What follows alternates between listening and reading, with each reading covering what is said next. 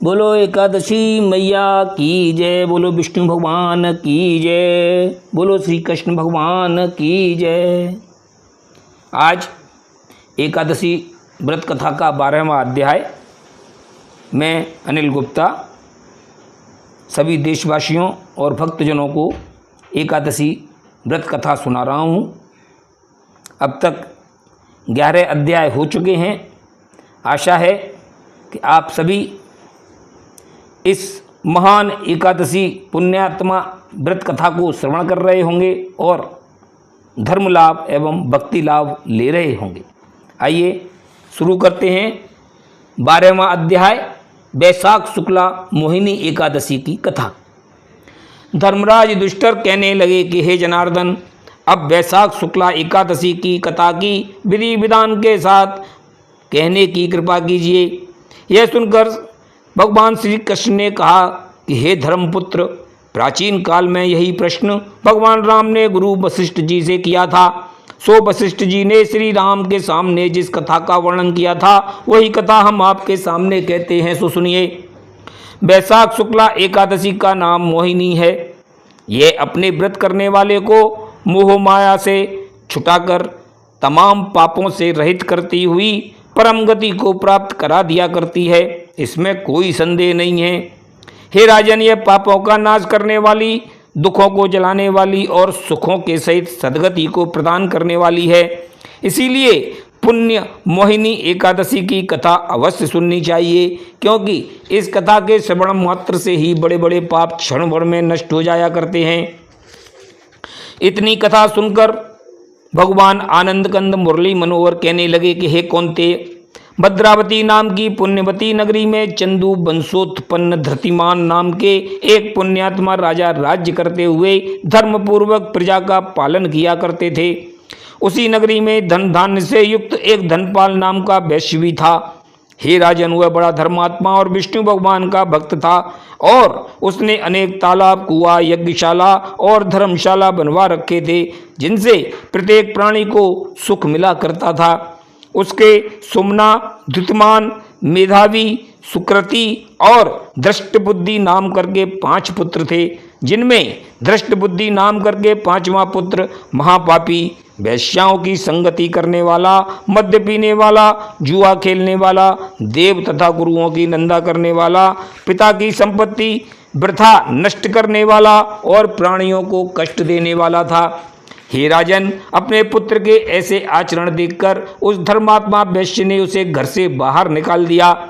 अब वह दृष्ट बुद्धि भूख और प्यास से अत्यंत पीड़ित होकर चिंता में मग्न होते हुए विचार करने लगा कि हाय, अब मैं क्या करूं, कहाँ जाऊं, किस उपाय द्वारा प्राणों की रक्षा की जा सकती है।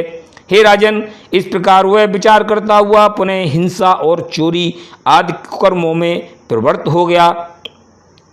हे राजन, इसके बाद एक दिन जब वह पकड़ा गया तो राजा ने उसे कठिन कारागार का दंड देकर लोहे की बड़ी बड़ी जंजीरों द्वारा लोहे के पिंजड़े में बंद कर दिया। तत्पश्चात जिस समय कैद की अवधि पूरी हुई तो वह राज्य की सीमा से बाहर एक निर्जन वन में छोड़ दिया गया। तब वह भूख और प्यास से इतना पीड़ित हुआ कि रोता चिल्लाता और आंसू बहाता मूर्छित हो गया। हे धर्मज्ञ, इसके बाद जब उसे चेत हुआ तो उसे परमात्मा का नाम याद आया, क्योंकि प्राणियों को प्राय अत्यंत विपत्ति में ही परमेश्वर का स्मरण हो आया करता है। हे पांडुनंदन, तदनंतर उसने भूख प्यास से संतप्त होकर रोते हुए भगवान की इस प्रकार प्रार्थना करनी आरंभ की कि हे जगदीश्वर, तू समस्त प्राणियों को उत्पन्न कर उनका पालन पोषण करने वाला है। हे परमेश्वर, यद्यपि मैं महापापी और महानीच हूँ, परंतु फिर भी तेरी सृष्टि का ही एक प्राणी हूँ। अतएव मेरे पापों को क्षमा कर मुझे कष्ट से रहित करने की कृपा कीजिए, क्योंकि आप ही जगत पिता और शरणागत पालक हैं। इसीलिए आपको छोड़कर अन्य की शरण में जाना बड़ी भूल करना है। हे संसारेश्वर, मैं हाथ जोड़कर न केवल आपकी सच्चे दिल से प्रार्थना करता हूँ, बल्कि प्रतिज्ञा भी करता हूँ कि आज से कभी भूलकर भी किसी पाप कर्म करने की इच्छा न करूँगा और हिंसा तथा चोरी आदि कुकर्मों से बचता हुआ प्रत्येक जीव की रक्षा करूँगा। इतनी कथा सुनाकर भगवान मुरली मनोहर ने हंसते हुए कहा कि हे धर्मपुत्र, उस वैश्य पुत्र के इस प्रकार प्रार्थना करते ही दीनों पर दया करने वाला मैं उस पर प्रसन्न हो गया और उसके उद्धार के लिए संकल्प किया। हे धर्मज्ञ, मेरी इच्छा होते ही अनेक सुंदर जलाशयों और फल फूलों से लदे हुए अनेक वृक्षों से युक्त उसे महात्मा कौंडिन्य ऋषि का आश्रम दिखा दिया। तदनंतर होता हुआ महात्मा कौंडिन्य के आश्रम में जाकर उसने ज्यों ही उन्हें साष्टांग दंडवत किया, त्यों ही महर्षि ने आशीर्वाद देते हुए उसे जल और कंदमल फूल खाने को दिए।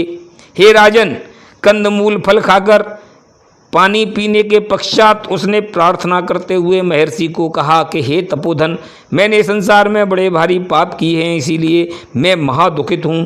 सो अब उनसे छुटकारा पाने के लिए किसी उपाय का निर्माण कीजिए।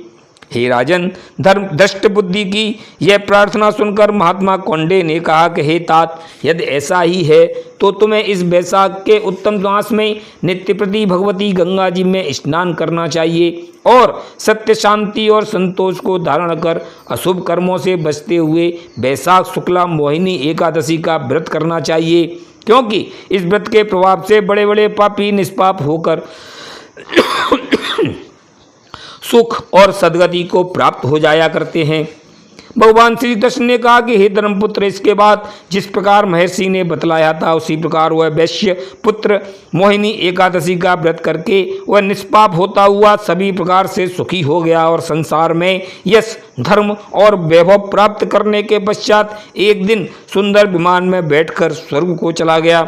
इसीलिए जो कोई इस एकादशी का व्रत करेगा अथवा इसकी कथा सुनेगा वह सभी प्रकार से सुखों को प्राप्त करता हुआ अनंत स्वर्ग के सुखों को प्राप्त हो जाएगा। इति कर्म पुराणो वैशाख शुक्ला मोहिनी व्रत कथार्या 12वां अध्याय समाप्ति। बोलो एकादशी मैया की जय, बोलो श्री कृष्ण भगवान की जय।